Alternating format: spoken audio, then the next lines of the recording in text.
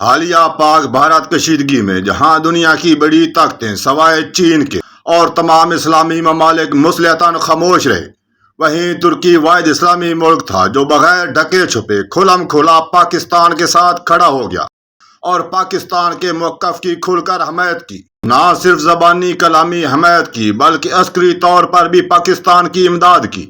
پاکستان نے ترکی کے جدید ڈرون کے ذریعے بھارت کی اہم تنصیبات کو کامیابی سے نشانہ بنایا، جس سے بھارت ہل کر رہ گیا۔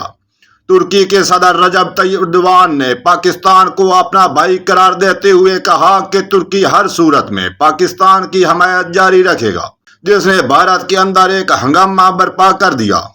طیب ایردوان نے جو پہلے ہی پاکستانی عوام کے دلوں کی دھڑکن ہیں، اب ایک ہیرو بن چکے ہیں۔ طیب ایردوان نے ثابت کیا کہ ترک صرف ایک قوم نہیں بلکہ ایک نظریے کا نام ہے، امت مسلمہ کی وحدت، غیرت، اخوت اور وفاداری کا نظریہ۔ ترکی اور پاکستان کی یہ محبت کوئی نئی بات نہیں بلکہ تاریخ میں اس کی جڑیں پیوست ہیں۔ طریقے خلافت سے لے کر آج تک پاکستان اور ترکی کے درمیان نہ ٹوٹنے والا رشتہ ہے۔ ترکی اور پاکستان کا محبت کا یہ رشتہ صرف حکومتی سطح تک محدود نہیں۔ پاکستانی نوجوان اپنے چہرے پر ترک پرچم چھپوا کر اپنی محبت کا اظہار کرتے ہیں، وہیں ترک نوجوان جیوے جیوے پاکستان گنگنا کر پاکستان کی حالیہ فتح کو اپنی فتح قرار دے رہے ہیں۔ اللہ پاک ترکی اور پاکستان کو تا قیامت شاد باد رکھے، آمین۔